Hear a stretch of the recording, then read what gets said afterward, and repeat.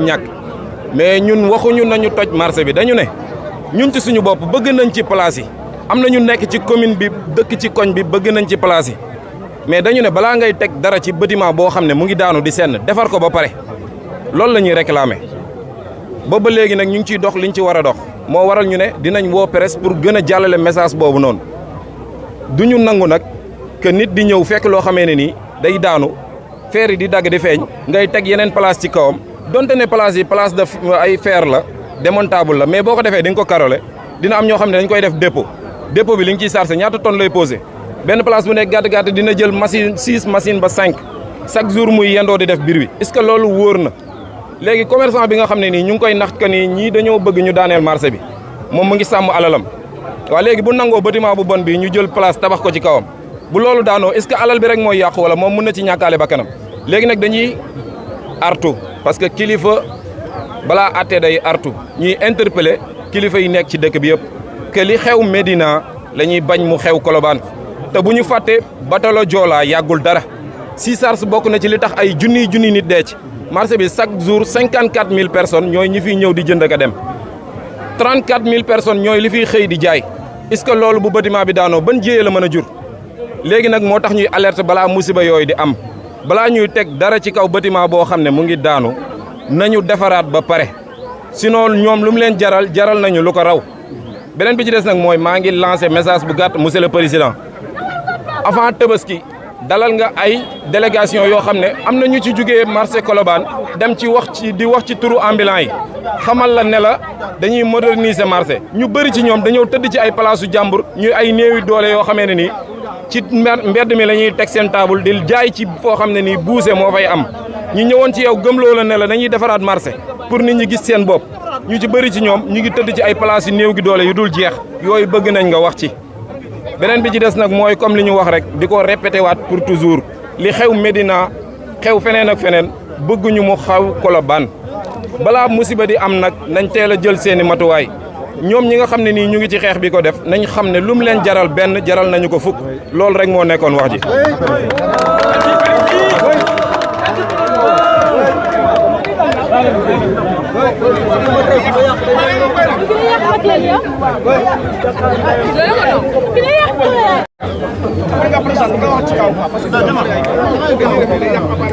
mën nañ démarrer wala ñu xaar.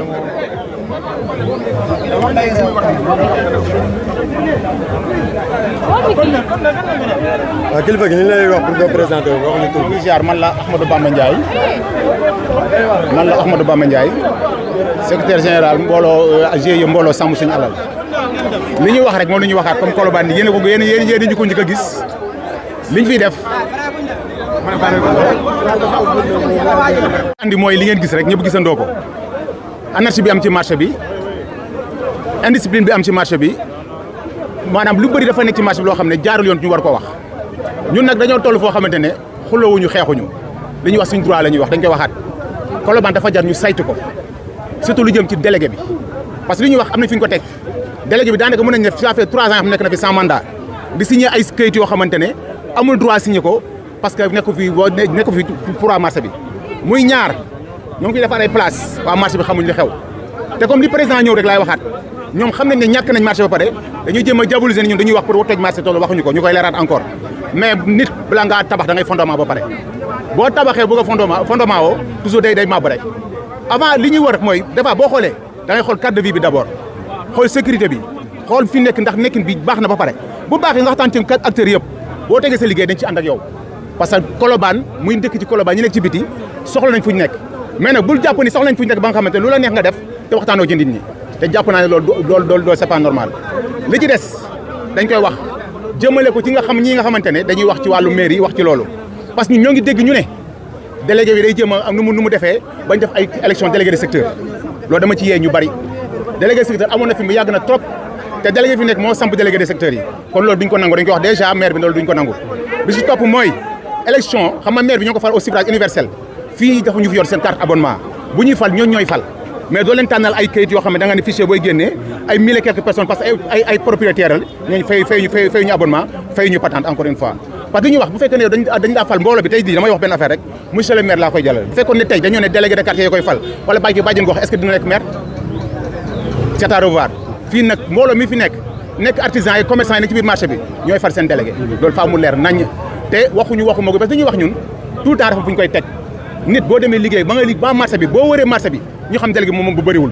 lu leer laa lay wax te bëgg mu nga dugg ci marché bi nga def reportage boo diggee du waxee 15 personnes bu 12 yi xamee bu délégué rek boo ñëwee mën naa la delloo lu bëri parce que amul parce que présence am nekkul ci marché bi li ko intéressé mooy en dehors du marché maanaam asko dem bi mu bokk ak fi mu bokk yëpp moom loolu moo ko intéressé marché bi intéressé wu ko ñun nag marché Colobane moo ñu intéressé tant que dañuy wax tuuti benn affaire ñun xeexaluñu nit xeexuñu nit xeexuñu nit marché Colobane ñi fi nekk la ñuy xeexal ak riverains yi pour ñu xam ne lii seen alal la ñoom ñoo ko moom booy wax ak nit ñi nag di def dara da nga war a diisoo ak ñoom wax ak ñoom ba pare bala nga jël benn décision sa signature boo ko waxul mbooloo mi nit ñi ànduñu ci encore une fois loolu daal mooy solo si wax assemblée générale parce que dégg naa ñuy wax ci biir wax naan dafa bëgg a tëb assemblée générale pour dem renouvellement munoo bul tëb étape yi parce que fekkee ne am nga gestion bu sen bu leer depuis 5 ans ñun assemblée générale on est dans notre droit le plus légitime nag laa wax te nag ku koy jéem a def le renouvellement sans assemblée générale dañu dal sa kaw parce que loolu du logique te ñi koy jéem a waxal ñuy wax ci ñuy dégg ñu naan mairie am na ñu koy jàppale ay di joxe ay étiquette naan ay délégué de secteur ñoo ngi leen di xaar parce que nag état bi warul xaar ba reyante am fi wala dóorante am fi ñuy door a agir ñoo ngi alerté à chaque fois mais amagul retour li may wax encore waxtaan lañ jiital dialogue lañ jiital pour l'intérêt pour tous pas pour ñun rek waaw loolu am dañuy jàpp ne kon maire bi liggéeyam def ko quoi non bu ñu xam nga tey maire bi ñëwagul waxagul ak ñun duñ ne liggéeyam def ko mais mën na am sax moom yëgul parce que ñu dañuy def te maire bi du yëg parce que du ñuy dégg la lañ mën a wax am na ñuy wax yoo xamante ne ñoo ngi koy dégg kon est-ce que jotul ngeen amal waxtaan ak maire mais bu ñëwee bu ñu owee ci waxtaan ñu amal waxtaan te dem nañ fa demaat wax nañ ñoo moom problème marché bi bu ñu owaatee ñu waxtaan parce que mooy suñu kilifa mais pour ñu bañ ko dugal ci loo xamante rek ëllëg di andi ay problème moo tax ñuy waxtaan dañuy alerter balaa dara di xew parce que xam nañ ne on est des responsables dañoo jiite ay mbooloo ñoom lu ñu mënti wax dañoo jiite ay mbooloo gënuñoo légitime délégué bi wax bu taxoon ci marché bi ma taxaw fi maa gën a légitime ci marché bi parce que fii laay xëy fii laay gont lu mën a wax nag loolu concerné wuñu ay diw am na fii lii boo nekkee délégué nga ne yaa délégué marché nekk jiite délégué marché du Sénégal yëpp ambulant ci la bokk locataire ci la bokk tablier ci la bokk mu commerçant ci la bokk kon bokk boo mbooloo boo xamul nag lu signification délégué de marché ñun ñu wax la ko parce que doo génn di xas ay ambulant di xas ñoo xam dañoo loué te fii bu ñu génnoon ñi fi loué ñaaraa fii des voilà loolu mooy problème. léegi xeex bi boo leen ko defee ba pare bu antuwul ban taxawaay ngeen taxawaay. xam nga dañoo am combat yi may wax rek am na combat juridique am na combat médiatique am na combat physique pour le moment dañuy di combat juridique bi def nañ ko obtenir pétition wane nañ ko dem nañ ci ñu war a dem autorité arrêté nañ ñoom ñëpp a ngi ñuy dégg léegi nag combat physique bu ñu cee dem parce que bu ñu ci dem ñoom ñoo ñu poussé pour ñu dem ci ay magu yoo xam ne le temps bi jàll délégué baa ngi réglé ay problème am di ko teg ndànk nag xam nañ li xew parce que ñu defuñu am nañ regard ci affaire yi kon boog li ñuy wax alerté monsieur le préfet de Dakar monsieur le gouverneur de Dakar monsieur le ministre de l'intérieur pour ñu xam ne rek problème am na Colobane ku ko minimiser nag yaa ngi mën a minimiser lu garaaw te loolu la ñuy bañ a yegg man la Ahmadou Bamba Ndiaye secrétaire général du GIE mbooloo am sàmm suñu alal waaw français ngam sàngam koo si wax ni dama lay defaral sa tuba sa lële dara ngaa déplacé wu mu génne weccit jox la ñëw ne dama la si jàppale si liggéey bi donc yow mun nañ koo tuddee loolu parce que on ne va pas mâcher nos mots mun nañ koo tuddee noonu parce que tey tamit ku xool luy Colobane di représenté si communauté à Fass Colobane kuy xool recette bi marché Colobane di générer lépp ça reste à supposer que ni mun na nekk du ñu accuser kenn nag mais dañuy wax ne lu mën a nekk la mais nag pour mu set nañu woote assemblée générale leeral nit ñi pour mu set na autorité bi toog woo ñi nga xamante ne ñooy acteurs yi ñoom ñëpp ñu toog ñu sëgg ko ñu waxtaanee ko loolu soo ko defee kenn du tuum lubal kenn du jiñ kenn mais su ngeen ko dañ koo def si bureau de 4 personnes bureau de 3 personnes su ñuy régler seen problème bureau bu nekk HLM nañ koy dem lijjanti jee donc y a problème et y a anguille sur roche nit doo ko wakaa ñu waxtaan nga naan ko wax ñu ban place poste nga bëgg si marché bi ñu jox la ko wala ñaata place nga bëgg nga ne pour nga noppi kon kooku jubluwu si lu baax jubluwu si lu rafet nit ñi kenn bañul suñu ñu moderniser ko mais lu ñu d'accord moom mooy kan lépp dañ koy waxtaanee mais priorité fii nii mooy assainissement wu marché bi ak aération wu marché bi loolu moo fi priorité leneen loo fi def waxtaan nga xay lal pour ñu mën a dem corrompu yi ngay wax nag ça existe et ça continuera à exister léegi nag yu mel nii ñoom ñooy am lii nii moo mun a am pour que yooyu mun a arrêter il faut dénoncer quand il le faut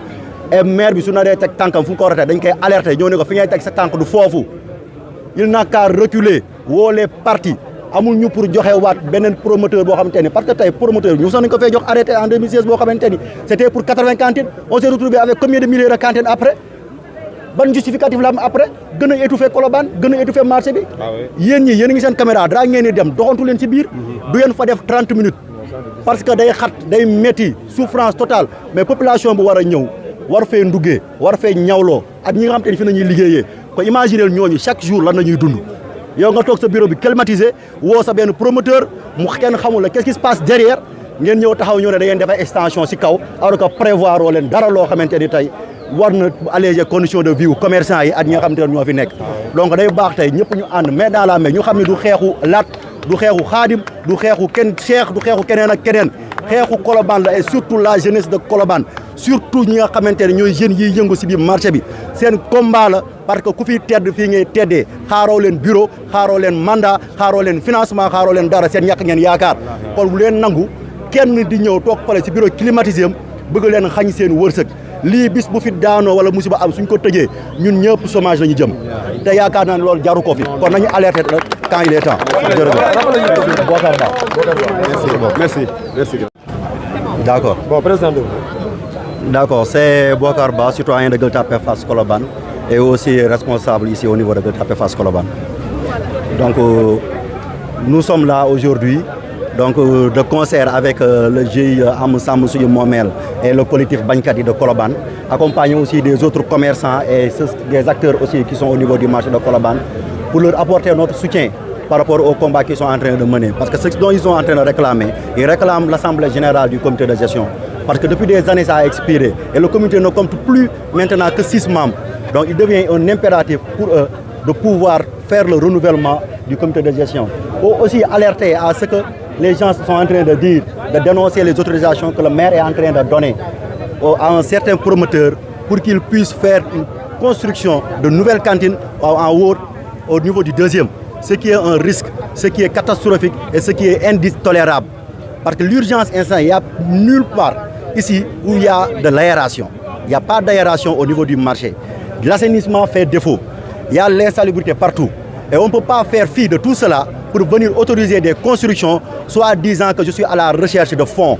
Quand tu recherches un fonds, il faut mettre d'abord les gens dans de meilleures conditions et en sécurité. Et c'est ça l'objet du combat. Et c'est pour ça que les gens sont ici, pour battre ce combat et dire à l'autorité, et dire au préfet qu'il est impératif d'organiser l'Assemblée générale, qu'il est impératif que les partis puissent s'asseoir autour d'une table pour négocier et parler. Parce qu'eux, ils ne sont pas là pour réclamer quelque chose, un poste ou bien quelque chose des cantines. Ils sont juste là pour demander à ce qu'on fasse l'Assemblée générale et qu'on parle du devenir du marché de Colobane. Parce que ce qu'ils craignent, c'est ce qui a existé au niveau de Médina et ce qui a existé au niveau de marché de Gueule Tapée. Ils ne veulent pas que ça se produise au niveau de Colobane, qui est en train maintenant de s'agrandir petit à petit. Vous le constatez vous tous. Colobane est partout maintenant, c'est un marché. Donc il devient un impératif que le comité puisse être renouvelé et qu'on puisse mettre à la place qu'il faut les hommes qu'il faut. C'est ça leur demande et c'est le soutien qu'on est venu apporter à ces gens-là qui font un combat très noble. Et en tant que population, nous qui fréquentons ce marché, nous dont nos sœurs, dont nos parents fréquentent ce marché, il est de notre devoir de venir apporter ce soutien pour les accompagner sur ça. Parce qu'en réalité, quand il y a catastrophe et quand il y a quelque chose, c'est nous qui en pâtissons. Et nous n'allons pas l'accepter. Que les choses se produisent et qu'il y a un autre bateau de Diola ici au niveau de Colobane, nous n'allons pas l'accepter parce que nous, en tant que fils de la commune, c'est nous qui allons succomber. Et eux, en tant qu'acteurs de la commune, c'est eux qui vont partir. Et c'est pas mal de jeunes qui vont se retrouver dans la rue. Et ce que nous ne souhaitons pas. Le chômage est galopant. On ne peut pas accepter que des jeunes qui n'attendent rien de l'État, qui n'attendent rien d'autre, qui ne croient qu'en eux-mêmes, qu'en leurs actions, que un maire puisse s'asseoir là-bas à côté, faire un arrêté donnant des autorisations de construire pour les étouffer davantage, c'est pour les mener des conditions de vie déplorables. Et aussi, ce qui est désastreux, pour montrer le niveau de corruption qui existe, des jeunes même sont en train d'être déménagés des coins et des coins, soit disant que quelqu'un leur a demandé de faire ça. Alors que pendant ce temps, l'anarchie est partout ici. Et ces jeunes-là que vous avez enlevés, qu'est-ce qu'ils vont devenir après? Où est-ce qu'ils seront? On va dire que Colobane, il y a des voleurs, il y a des agresseurs. Mais qu'est-ce qui a pu causer tout cela? Est-ce qu'on va leur imputer le tort seulement? Qu'est-ce que l'autorité a pu faire pour maintenir ça? Donc il devient à un moment donné, avec l'acte 3 de la centrale, que les maires puissent savoir leur rôle, leur responsabilité, et de l'assumer et de veiller en premier lieu. De veiller en premier lieu à la bonne condition de vie des citoyens. Et on ne peut pas citer des citoyens de la commune de Gueule Tapée Fass Colobane, sortir ceux de Colobane, qui ont un apport colossal dans le budget de la commune. Donc ils deviennent des acteurs, des partenaires privilégiés de la mairie. Donc la mairie, avant de parler avec quiconque, avec n'importe quelle autorité, il doit pouvoir rencontrer les acteurs de Colobane, discuter avec eux sur leur devenir et sur ce qui va se passer pour enfin trouver quelque chose de consensus. C'est ça que je devrais demander d'ailleurs à cette question. Est-ce que vous avez eu à échanger avec le maire avant de passer à ce point de presse? Oui, ils ont échangé avec les maires, mais il n'y a toujours pas de résultat. Il n'y a toujours pas de résultat. Au contraire, ce qui se passe, c'est qu'ils sont en train de chercher d'autres moyens qui n'existent pas. C'est-à-dire, quand le maire, à la place, il demande maintenant aux délégués d'appeler les gens, ceux qui s'activent maintenant, comme ils ont l'habitude de le faire, d'appeler les gens, de leur proposer quelques postes, de leur proposer à la fin des travaux, des cantines, des kiosques. Attends, c'est une corruption déguisée. Alors, au cas où votre appel n'est pas entendu par la mairie, la première autorité, qu'est-ce que vous comptez faire? Est-ce que vous allez passer à autre chose? Oui, nous sommes dans cette démarche. Vous savez, nous sommes dans un pays de droit. Nous sommes dans un pays de droit et les démarches qu'il faut, nous allons le faire qu'il faut. Là, on a alerté le maire, on a demandé d'arrêter, de demander aux promoteurs d'arrêter et d'arrêter aussi les cotisations de certains commerçants. Et s'ils ne refusent de le faire, nous allons saisir le préfet. Et ainsi de suite, jusqu'on n'exclut même pas de parler avec le président de la République qui a l'obligation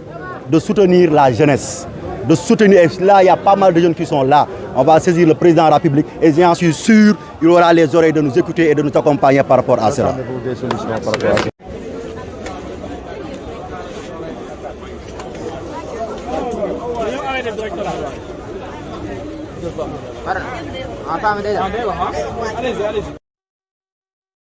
man maay wax ci jigéenu marché bi pour wax leen marché Colobane lu tax nit ñi di kaas nii tey jii samay góor lu ñuy kaas lépp dëgg la parce que marché bi ñun jigéen ñi nga xamante ne ñoo fi dugg chaque jour di ndugg wala dañoo di fi xëy si ku nekk xam nga ne marché bi nu mu mel doy na waar ndax marché bi dëgërul dèjà si biir tàng na tàng boo xamante ne nii boo xëy see rek balaa journée bi jeex rek da ngay bëgg a dee bâtiment yi màgget na buy taw fu mu nekk da ngay gis bâtiment yi ni muy seebee yow fu mu ne taw bu tawee guddi ba nga xëy si ñëw sa place soo ñëwee da ngay fekk yére yëpp tooy xam nga ne loolu noonu du jàmm ba mu tax ni war a jëlaat beneen bâtiment di ko tegaat ci kawam fu mu nekk entre fii Colobane yi ku fi xëy rek nga am place amee place boo xamante ne anam ba muy amee nga doon loo xamante ne du ñu lor kenn waaw fu mu nekk Colobane buy taw rek ba nga war a xëy si ñëw da nga koy xalaataat da ngay xalaat lan ngay ñëwee ba dugg sa biir place boo duggee sa biir place moom c'est autre chose léegi daal liy wax ci mooy lu ñuy ñaan nañ ñu ko may moo gën ñu bëgg a jëlaat beneen bâtiment di ko teg ci kaw marché bi waaw loolu moom mënut a sotti parce que day lor nit ñi rek parce que tàngaay bi fi nekk moom tàng na tàngaay boo xamante ne ak bâtiment yi gajaf nañu gajaf boo xamante ne leneen lañ fi tegaat rek peut-être suñu